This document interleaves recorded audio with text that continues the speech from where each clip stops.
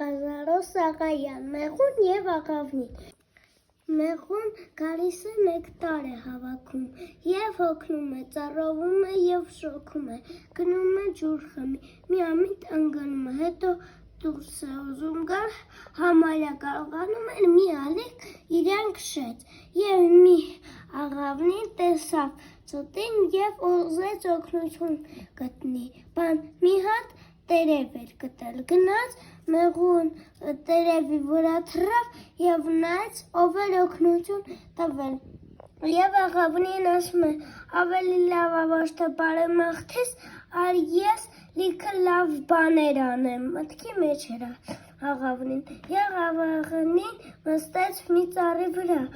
մի քանի օր անց և Աղավնին իր ծառի վրա քնած էր և Մեղուն նեկտար էր հավաքում և մի հատ մարդ հրացանով Մեղուն նկատում էր նեկտար հավաքելուց, ճլվելալով գովում էր Աղավնին, երբ տեսավ Մեղուն, իմացավ, թե դա որ սորտ է և մեջ կռացած նստած, ուզում էր Աղավնիի վրա կրակել, Մեղուն սուր մասը կծած, գնաց ձեռքը կծեց, թռավ ուրիշ կողմ և Աղավնին արթնացավ և հեքիաթը ավարտվեց։ Եվ այսպես Մեղուն բարի գործ արեց և շնորհակալություն հայտնեց իր բարի ընկերոջ Աղավնիին։